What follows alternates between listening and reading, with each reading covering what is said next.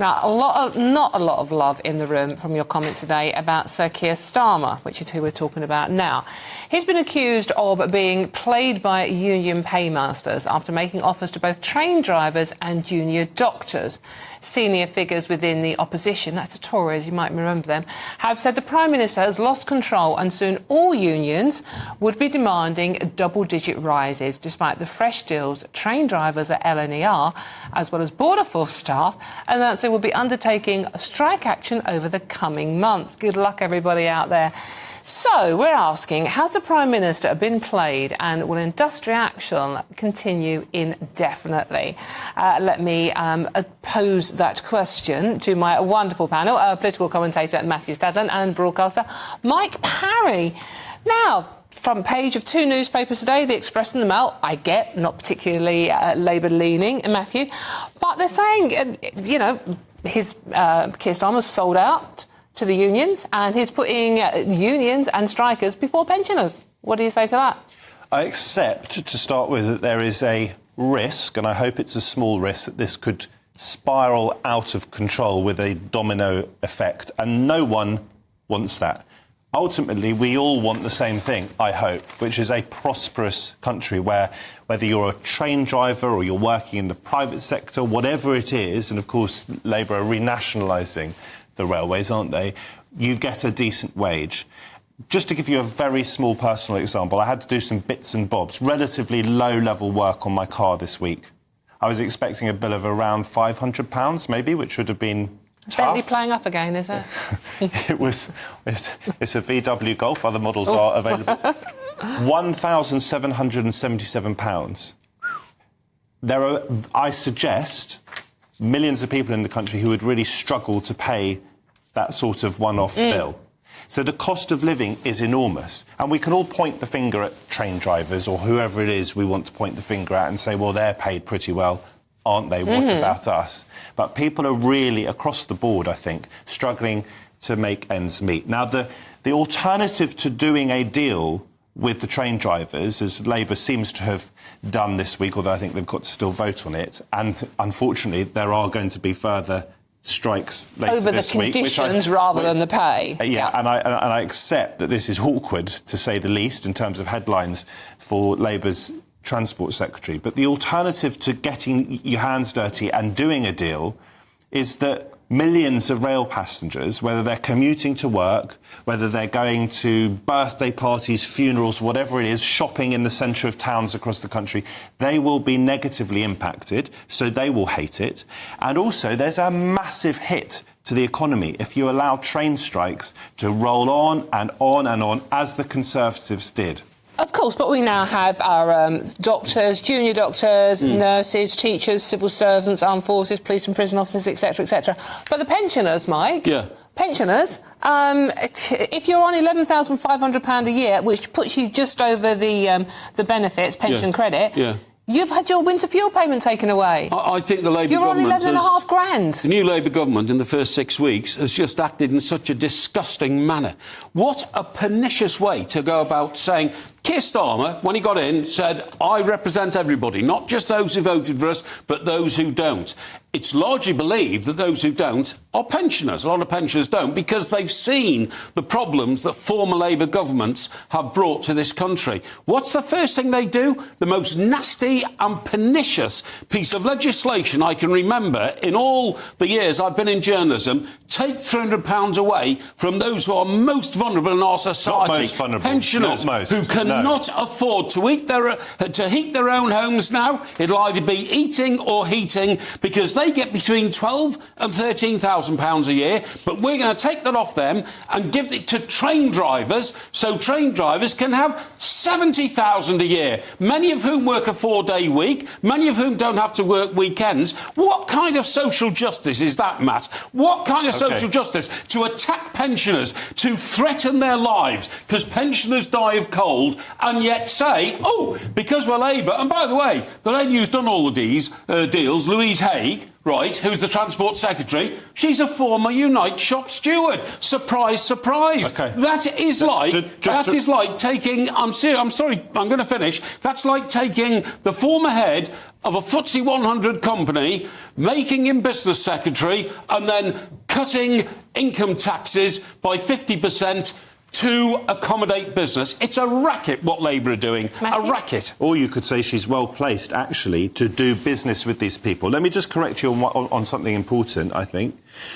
The Labour government isn't giving money to train drivers. These are, like you, like me, like many of our viewers, hard-working people. So they're getting paid, and they've obviously suffered huge hits in recent years. Like everybody else. So hang on. Like everybody else. True. That is also true. But we need to have a functioning railway system in this country or our economy collapses. Let me say something else to you, Mike. I actually have an enormous amount of empathy and sympathy for those pensioners who are just above the level, right? Exactly. And who are going to suffer. I absolutely, of course I do. I can't pretend that this is just a clear-cut one side versus the other side. Why don't you speak up about it? Why don't you say it's disgusting what we're doing to our pensioners? I wouldn't go as far as to say it's disgusting, because a sensible government has to balance different interests.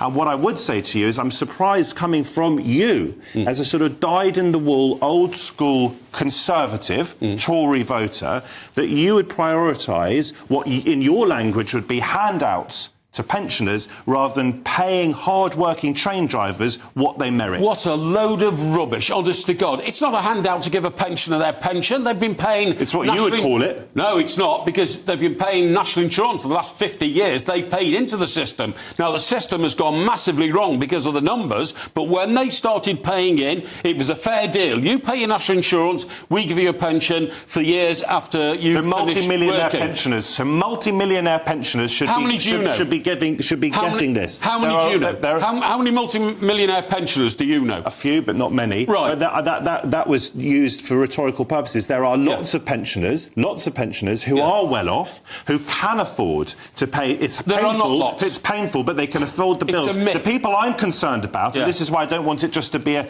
he said, she said thing. The people I'm concerned about, as I say, are the pensioners who are just above the cut-off point. I am concerned about them. And there's millions of them. And they do die of cold in the winter. We know that because the NHS records prove that, OK? You're talking about pensioners who might have bought a house in 1955 for £25,000, which is now worth £1 million or something like that. They only live in the south of England. North of a line that goes through sort of Welwyn Garden City, no pensioner owns a house worth £1 million that they bought 40 years ago. And they are all going to be terribly straitened when the winter cold comes. If you're right, and I think it's disgusting. Hang on, if you're right, and this is being set up, isn't it, by the Conservatives, by the opposition, unsurprisingly, as a contest between train drivers and pensioners. If you are right, then what is going to happen to our railways? What is going to happen to our economy? Because if our economy shrinks because people cannot get to work, as is what happens when people can't get trains. Yes. They can't fly to work on their imaginary helipads.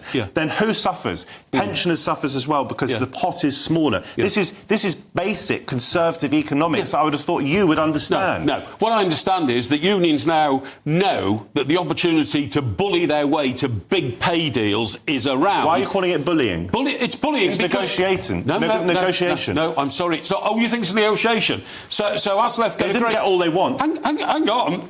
Excuse me. They still got a great deal, and then 24 hours later came back and said, "Oh, by the way, thanks for that, but we're going to have another dispute here at LNER. You know, thanks very much for the money, but now, boom, slap you in the face. We're having another deal." You know full well, Matt. You know because you're into the political reading situation. Unions will now be queuing up to try and get deals to match what the railway drivers have got. And what I said at the very outset was this is, I agree, an unfortunate headline for Labour because this has come immediately after they were heralding this deal. Yes. Okay? And I've also accepted that there is a chance, and we all, as I said, because we all have a shared interest in our economy and in the way that we live our lives, including pensioners, we all have to hope that this doesn't spiral out of control. Well, because if it does... You're naive. If it does... we're all in a much greater pickle than we already are. You're naive. And when you said, oh, you know, the working man and all that, 12 billion quid is what the government give to the railway companies. They're subsidised by the taxpayer. So the train drivers are taking taxpayers' money. That's your money and my money and Dawn's money. Train drivers aren't taking our money. Have you heard of the basic concept of working to be paid? I'm so surprised that you're on the side of the argument that you are, because in years gone by, as I say, you would have characterised paying, in some cases, wealthy pensioners money is a handout, and you should have been, I would have thought, on the side of the hard-working man and woman who are getting us from A to B. I don't think a 4-day week of 35 hours is particularly hard-working. Well, and the reason why don't you go off and become a train driver? And the reason then? I say you can become a train driver. And the reason I say bullying is because, of course, the train driver unions know that the country closes down if they stop driving trains. But pensioners can't go out and say, if we stop doing anything, the country closes down. That's why it's bullying of the Labour government to say, we'll give in to the train drivers, but we're not giving in to all those pensioners for two reasons. They have no economic interest in the country, and most of them don't vote Labour. So as far as we're concerned, they're fair game for us to bully them. And they are bullying pensioners. It's a horrible thing to see. Old people, they're vulnerable. Bang, give them a smack, says Labour. I think it's disgusting. And a nurse, sorry, Dawn, a nurse earns £35,000 a year, qualified, good pay, good nurse. A train driver is worth twice a nurse. Do you agree with that? No, I don't. Unfortunately, that's all you're going to have time to say. You're not going to agree, are you? So, I mean... No, I have some sympathy for what Mike's saying, but I'm trying to say we are all on the same side here, because it is in all of our interests that pensioners don't freeze and that train drivers actually get us to work.